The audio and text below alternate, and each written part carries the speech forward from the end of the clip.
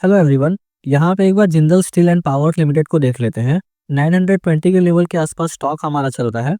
और आपको पता होगा दोस्तों, अगर आपने इस पे मेरे लास्ट वीडियो चेक किया होगा तो उस टाइम पे हम इसमें कुछ एक ब्रेकआउट मार करके चल रहे थे। मेरा ऐसा कहना था कि स्टॉक अगर ब्रेकआउट देगा तो ही अपने अच्छे जो टारगेट है इसमें जो अपसाइड के है वो आपको कहीं ना ही मेट कराता हुआ दिख सकता है। एंड अगर ब्रेकआउट नहीं देता है स्टॉक, देन फिर चांसेस रहेगा कि अपने जो सपोर्ट के लेवल है वहाँ पे कहीं ना कहीं आके वहाँ पे सपोर्ट दिखाए।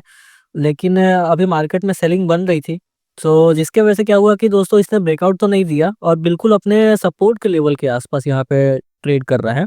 और अगर आप इसके रिटर्न देखेंगे 5 दिन में तो कुछ खास रिटर्न नहीं है, सिर्फ 2-2.5% के आसपास रिटर्न है। 1 महीने की बात करें तो लगभग नेगेटिव रिटर्न है यहाँ पे। 6 महीने की बात करेंगे फिर भी नेगेटिव रिटर्न है। लेकिन ये 6 महीने से मतलब हम ऐसा कह के चल सकते हैं कि स्टॉक ने कुछ खास रिटर्न दिए नहीं है।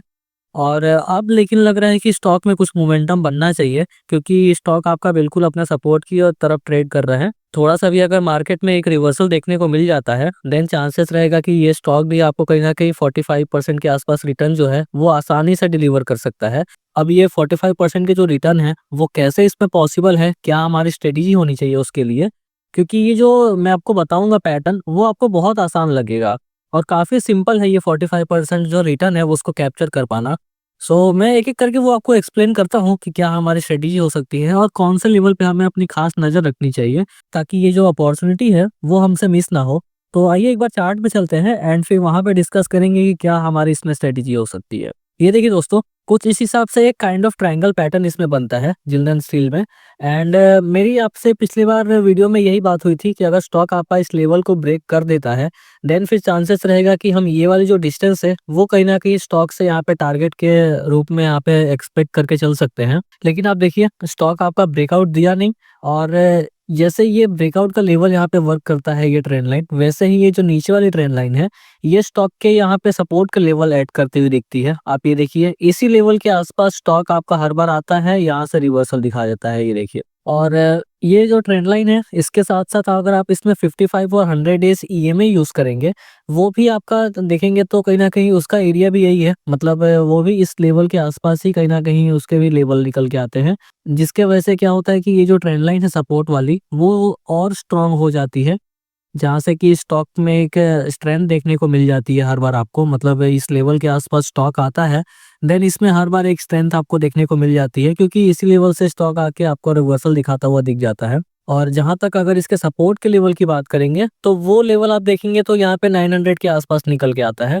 मतलब ट्रेंड लाइन के बेसिस पे यहाँ पे देखेंगे तो उसका लेवल 900 के आसपास निकल के आता है, और जो 55 डेज़ ईएमए है, उसका लेवल आप देखेंगे तो 896, मतलब सिर्फ ऑलमोस्ट यहाँ पे 900 के आसपास ही ये लेवल निकल के आते हैं। और अगर स्टॉक में एक्चुअल वीकनेस की अगर आप बात करेंगे, तो वो वीकनेस आपकी 800 के नीचे आने वाली है। मतलब कि इन केस मान लीजिए कि ये स्टॉक ने वीकली टाइम फ्रेम पे 800 के नीचे क्लोजिंग ले लिया, देन फिर ये जो ट्रायंगल पैटर्न के बेसिस पे हम ब्रेकआउट के बाद जो ये वाली डिस्टेंस अपसाइड की ओर मार्क करने वाले थे, वो सेम डिस्टेंस हमें यहाँ पे नीचे डाउन साइड की ओर मार्क करके चलना पड़ेगा, क्योंकि तब तक स्टॉक में एक ब्रेकडाउन आपको देखने को मिल गया होगा।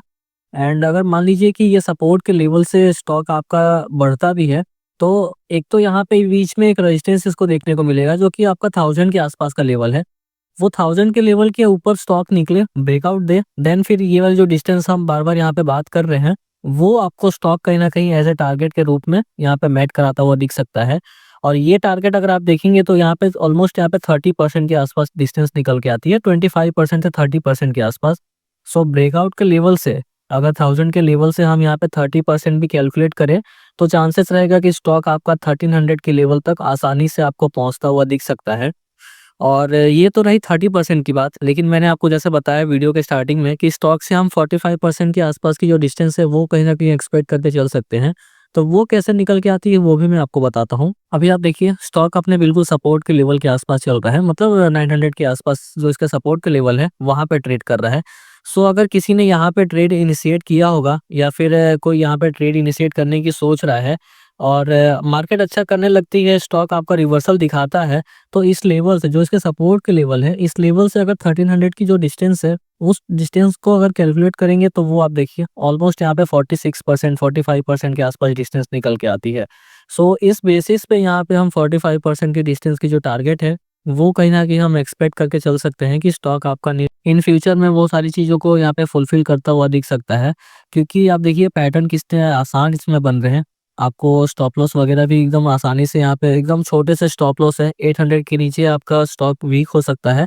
फिलहाल अभी 900 के आस-पास चल रहा है, मतलब 100 पॉइंट का आपका स्टॉप लॉस है और टेक प्रॉफिट देखिए ऑलमोस्ट यहाँ पे 1300 के आस-पास, मतलब 400.1:4 के रेशियो में आपका ये रिस्क टू रिवॉर्ड रेशियो यहाँ पे वर्क करता हुआ दिख सकता है। तो ये दोस्तों पैटर्न बन रहा है इन 2 चीज़ में, काफ़ी आसान सा पैटर्न है, आपको सारी चीज़ें क्लियर भी हो चुकी होगी।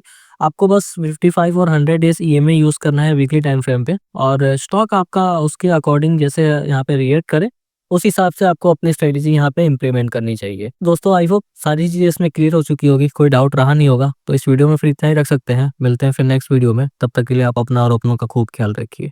धन्यवाद।